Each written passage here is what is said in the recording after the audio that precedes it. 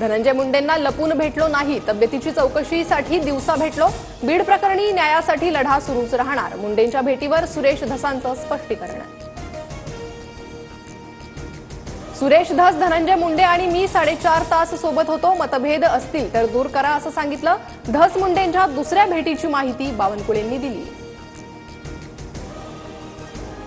15 ते 20 दिवसांपूर्वी बावनकुळेंनी जेवणासाठी बोलावलं होतं, त्या ठिकाणी धनंजय मुंडे अचानक आले। आमच्यात अर्धा तास चर्चा झाली, मी माघार घेणार नसल्याचं सांगितलं। धसांकडून दुसऱ्या भेटीवरही स्पष्टीकरण। समाजानं सुरेश धसांवर विश्वास दाखवला होता, मात्र सत्तेच्या आहारी जाऊन धसांकडून दगाफटका होईल अशी अपेक्षा नव्हती। मुंडे धस भेट महाराष्ट्रासाठी दुर्दैवी, जरांगेंची टीका। धनंजय मुंडेंची भेट घेतल्याची बातमी कुणी लीक केली, काही लोकांवर शंका, मात्र लगेच कोणावरही बोलणार नाही, आमदार सुरेश धस यांचा इशारा।